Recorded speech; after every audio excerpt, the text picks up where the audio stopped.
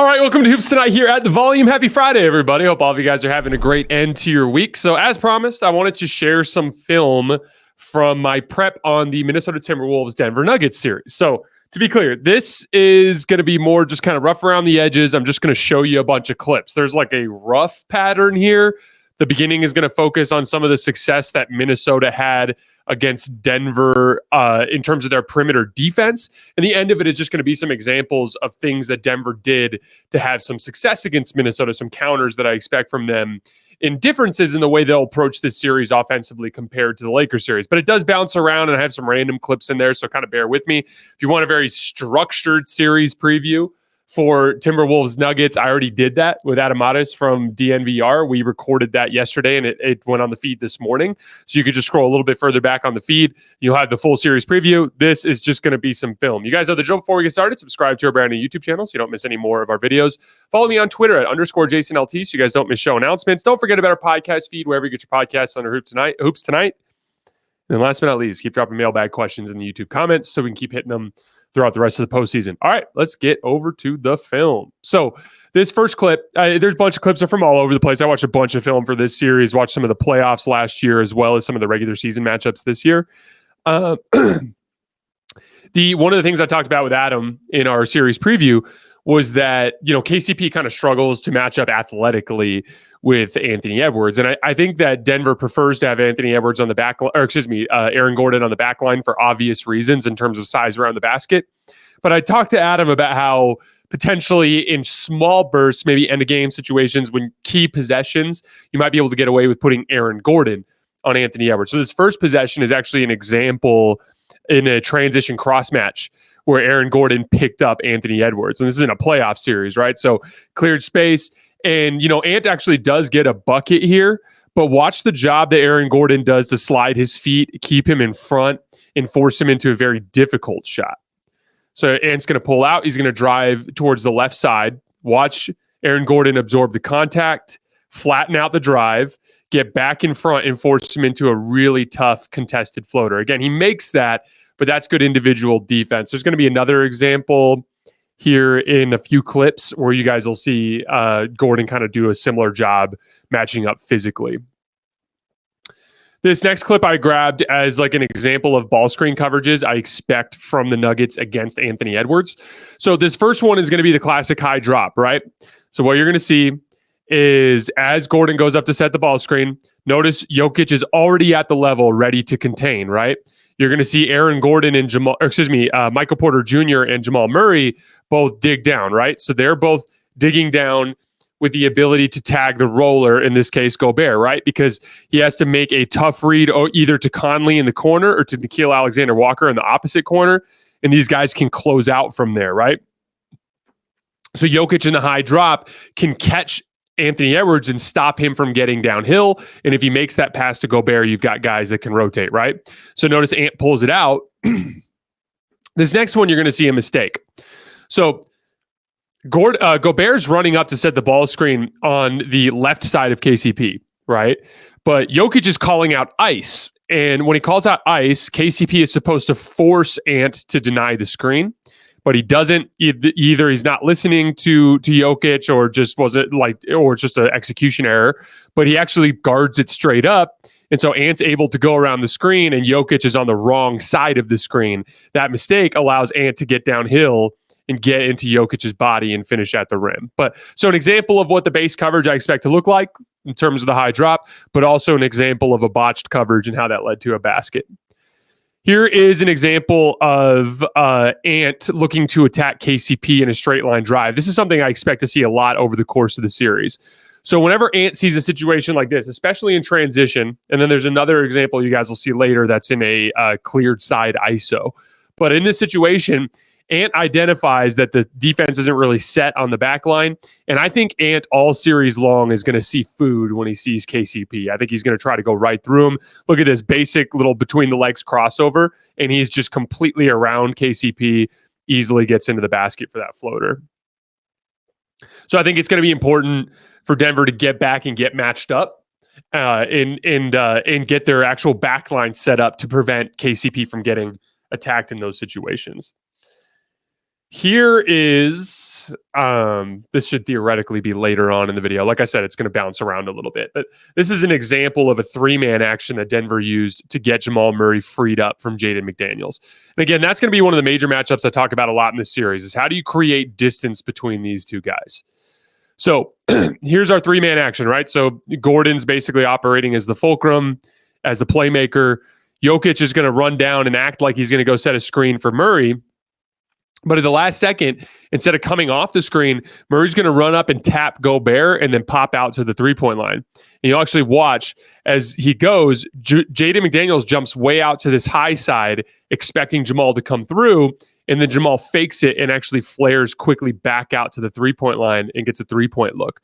One of the things you'll notice in the numbers from this matchup over the course of the regular season, Jamal Murray shot really well from 3 and then struggled inside the arc in general. And so I think, again, like that's going to be one of the things that I think Jamal is going to try to do to get shook free from Jaden. Just like a lot of stunting, a lot of back cutting, a lot of multiple screening actions, a lot of like just using gimmicks to actually get that separation so that Jamal's not operating with the best perimeter defender in the league on him. So here's an example of what I expect to see a lot from Minnesota in this series: really physical off ball and top blocking. So in this case, the Nuggets are going to set up a weak side action on this side of the floor. And here's what I want you to see here. Jaden's already prepping a top block, right? So as he's getting ready for this screen, Michael Porter Jr., he, in theory, would come off of this double wide pin down into the dribble handoff, right? Notice Anthony Edwards is top blocking him. He's sitting on his high side. Notice the hands are on him too. And again, guys, this is what it's going to be like in the playoffs. They were getting away with this shit in the regular season. This is what it's going to be like in a playoff series.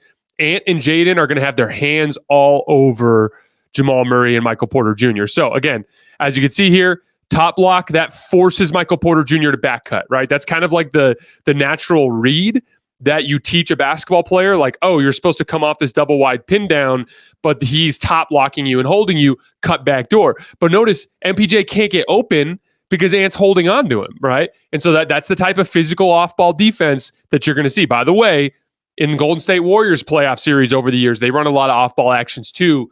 A lot of teams got away with putting their hands on him, right? Same sort of thing here. Look at Jaden. Jaden's top blocking. I'm going to go back a tiny bit.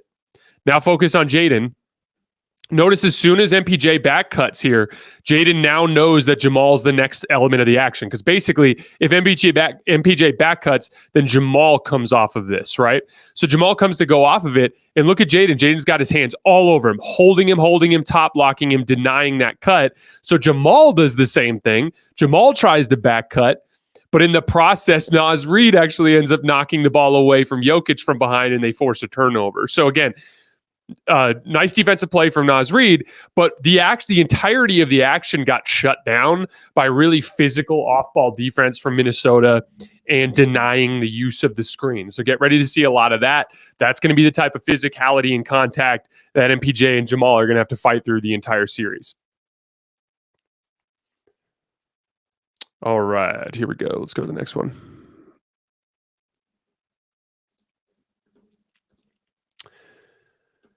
This is another example of a really good defensive possession from Aaron Gordon on Anthony Edwards. So he doesn't actually start on Anthony Edwards. It's a 3-man action. It's a horn set with kind of like a bracket screen. So Gordon switches the first one. So now Gordon's on Ant, and they're just going to run 2-man game with Jokic and Gobert. But notice this. Beats him up to the high side, forces Ant to reject the screen. Ant does reject the screen. He's stuck on the wrong side of the screen here, so you'd imagine this being trouble, right? But watch Aaron Gordon recover and get back in front. So he recovers, boom, that last step, gets back in front, forces Ant to counter back towards that right side, forces him into a pump fake. Now he's kind of trapped. Now Ant's going to make a really nice move here and hit a shot, but this is excellent individual defense from Aaron Gordon. Again, don't focus so much on the result on those two clips that I showed. That's just really good process from Aaron Gordon. And I do think that he matches up better physically with Ant than KCP does. And I wouldn't be surprised if Denver goes that route for spurts over the course of the series. All right, this next one is an example of Jaden McDaniels with back pressure forcing a turnover on Jamal Murray. Now watch as he navigates over the top of the screen. He's attached. He's like literally on his back, right? In addition to that, I've got Ant digging down here, who I'll show you a clip later, is capable of rotating back out to MPJ, and Naz Reid is sitting here in his drop, right? So as Jamal comes through, Aaron Gordon cuts at the last second, and again, Jamal just kind of rushes this pass and throws a bad one down at Aaron Gordon's feet. And the reason why is because of the back pressure from Jaden McDaniels. This is going to be a fundamentally different series for Jamal Murray in terms of the individual defense that he's facing. The 82-game preseason is in the books, and now it's finally time for the real season. Don't miss out on any of the NBA playoff action at DraftKings Sportsbook, an official sports betting partner of the NBA. From the play-in tournament through the finals, DraftKings Sportsbook has you covered with same-game parlays, live betting, odds boosts, and so much more. The Boston Celtics are currently the favorite at plus 160, but the team that's third in my championship rankings, the Dallas Mavericks, you can get them on DraftKings right now at plus 1,600 to win the title. Download the DraftKings Sportsbook app and use code HOOPS. That's HOOPS. New customers bet $5 and get $200 in bonus bets instantly. That's code HOOPS, HOOPS, only on DraftKings. The crown is yours. Here's an example of a Denver counter to try to prevent the half court set. Notice this is made basket, walking the ball up the floor. Notice at the start of this possession, MPJ's walking, Jamal's walking. They're not rushing to get up into their offense, but I believe this is by design. Jamal's still walking. Everyone's still walking. No one's moving with pace. What you don't see, Reggie Jackson in this case is still way up on the half court line as well. Or is that KCP? That's KCP. But notice this. Jokic did work down the floor quickly and generated a quick post seal on Naz Reid. Aaron Gordon throws the pass over the top. By the time Minnesota notices it and goes to recover, Jokic has him dead to rights underneath the basket. So again, those little quick transition post-ups where they fake and kind of have everybody linger back, I think that's an interesting counter to avoid the half-court set as well. Here's an example with Denver on defense of how important it is for Jokic in his high drop to catch the ball handler. So again, when Jokic is in these ball screen coverages and Ant is coming off into that high drop. So here's our high drop, right? So we're all set up. What I want you to pay attention to, Jokic has a very specific job here to contain the basketball. If he can contain the basketball, then these guys can stay home. MPJ can stay on Jaden, and KCP can stay on Monty. Is that Monty Morris in the corner? So as Ant comes off the ball, or is it? I think that's Monty Morris. Yeah. Anyway, but if you lose contain here, if Jokic gives up this driving angle, and as you can see, Ant just cleanly beats him off the left side. If he loses contain here and Ant gets past him, this is trouble now, because now Jokic is so far away from the basket, you just have KCP waiting underneath the rim. And I think Ant actually smokes this layup, if I remember correctly. But that's something that, no, he actually does make that one. So again, just in general, Jokic in these high drops, it's going to be very, very important for him to at least contain Ant and hold him out at the 3-point line and not give up that quick driving angle. There's another in full speed. You can see like he has one job here, Jokic. It doesn't matter if Gobert gets behind, because if Gobert gets behind, that's what these guys are for. But Jokic absolutely has to stop Ant from turning the corner here. This is way too easy.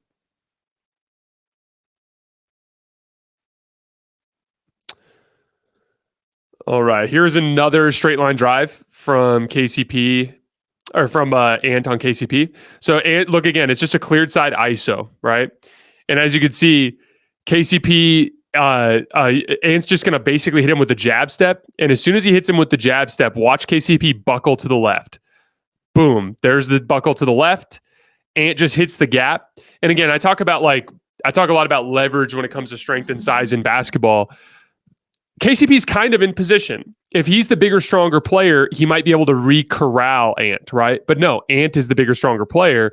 And so Ant's able to basically body KCP and burst through that opening and get all the way to the basket. So I expect a lot of like early offense, quick attacks from Anthony Edwards on KCP.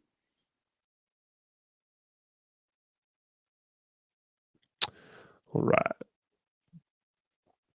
Here's another example of a turnover caused by Jaden McDaniels through back pressure on Jamal Murray. Same exact kind of play that we saw earlier. Just watch as Jaden stays attached. MPJ gives up the ball. We're going to get into our ball screen, our dribble handoff, I mean. Watch Jaden stay attached, fight over the top.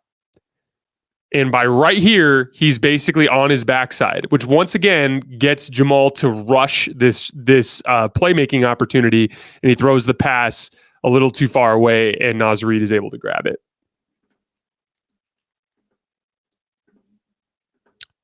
All right. Here's an example of a closeout from Ant on MPJ, like what I was talking about earlier. So again, in this possession, Jokic kind of catches Ant a little bit out of position and makes a quick pass to Porter. But watch Ant quickly close out, force MPJ to put the ball on the floor, and then watch the physicality. Watch Ant hands-on, holding him, bumping him, and actually forces MPJ to pick up his dribble and rush a kick-out pass and turn it over. That's going to be a huge part of this series. I talked about it in the interview with Adam Matas, but the Timberwolves won the regular season battle in terms of points off of turnovers, 75-50. It's a huge advantage for them in the series. They forced the Nuggets into 16 turnovers per game in this matchup. And so expect a ton of physicality, and Denver's going to have to weather through that and take care of the basketball. All right, this next one is one last really good defensive possession by Minnesota, and then I'm going to go more heavily into some stuff that Denver can do. So here we go. As we can see, Jaden's attached, denies the dribble handoff. We get the kick out pass way out at the perimeter. Once again, Jaden actually runs into the screen this time, but recovers back, right? Gobert's contained. Jaden's pursuing.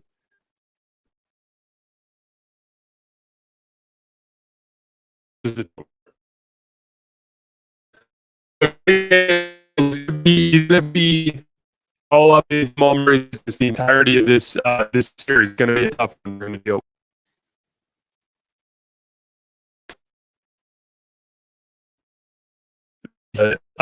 Defensive rep from Minnesota before we get to some counters. So as you can see, a little back screen into a dribble handoff. Jaden McDaniels blows it up. Another one here, Anthony Edwards stays attached. He gets right back onto MPJ, stops that action. Jaden McDaniels recovers or helps, but Jamal's too far away from the basket. We're going to get another action here. So Jaden and Ant just blew up two ball screen actions. Jaden actually gets or Jokic gets a good screen on Jaden. That's going to be a huge piece of this entire series is how good of a job Jokic does screening. But now we're down to 5 on the shot clock. Gobert actually contained, right? So as Jamal comes off the screen, that little bit of contact from Jaden stops Jokic from breaking open. Gobert contains. Jaden recovers. Gobert recovers. Jamal has no choice but to give it up. Now there's 3 seconds left, and Jokic just basically has to throw something up, and Gobert gets a really nice block. So it's going to be a challenge. Again, I talked about this with Adam, but I think the Lakers were a much better offensive team than Minnesota and challenged Denver in a bunch of ways involving their offense. Minnesota is a totally different defensive challenge for Denver. So as I talked about in the series preview, I think Jokic is going to have to be a scorer in this series. And the reality is Gobert is not as strong as Anthony Davis and is not as capable of holding his ground. And Jokic just completely can rip through him like tissue paper. And I think that he's going to have to look to score anytime he sees Gobert on him. Another thing in the ball screens, I like the idea of Jokic kind of hanging back more around the foul line to stay a threat. So as you can see, Jaden's attached.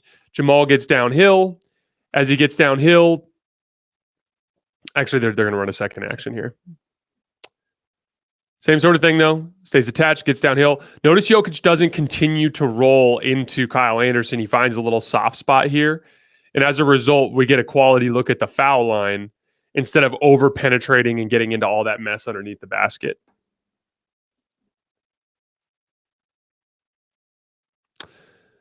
I talked about this with Adam yesterday too, but I really want Jamal to do a lot more work from floater range instead of the pull-up jumper. It's a counter for back pressure. So like with the back pressure, if Jamal goes to any sort of pull-up jumper, Jaden's going to be able to bother things. Like if Jamal just rises up from here for a pull-up jumper, Austin Reeves couldn't block that.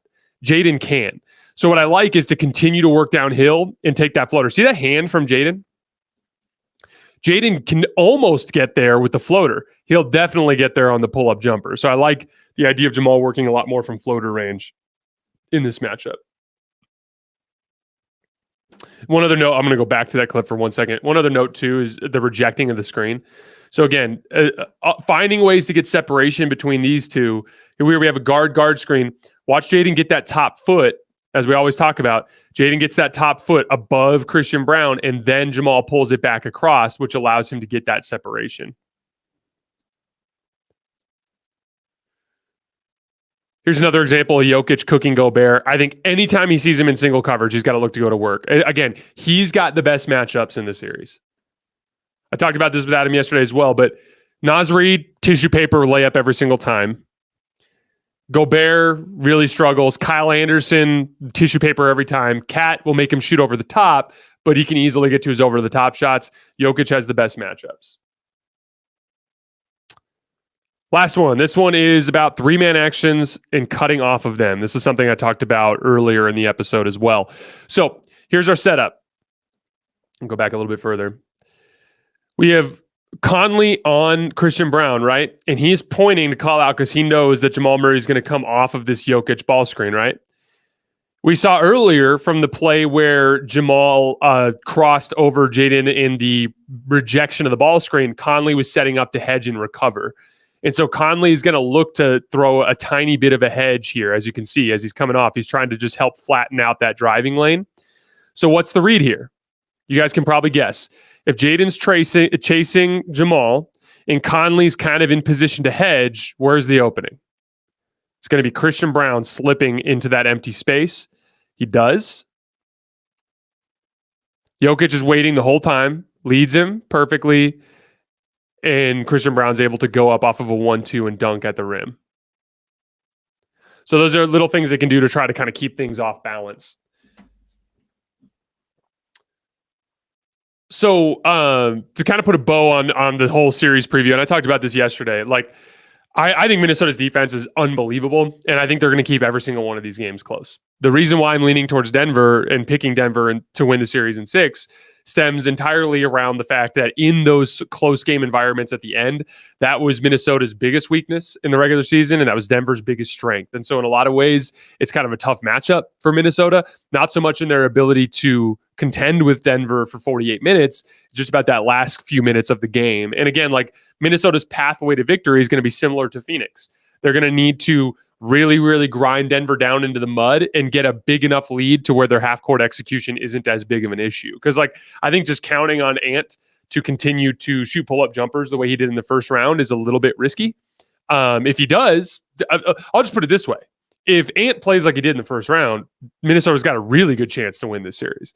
It's just a lot to ask to do it, especially in a series like this against a much better team than Phoenix. All right, guys, that is all I have for today. As always, I sincerely appreciate you guys for supporting the show. After this, I'm going to start working on Pacers-Knicks. That will probably be up on Saturday morning. I'm still going live on YouTube tonight after the final buzzer of Mavs-Clippers. I will see you guys then.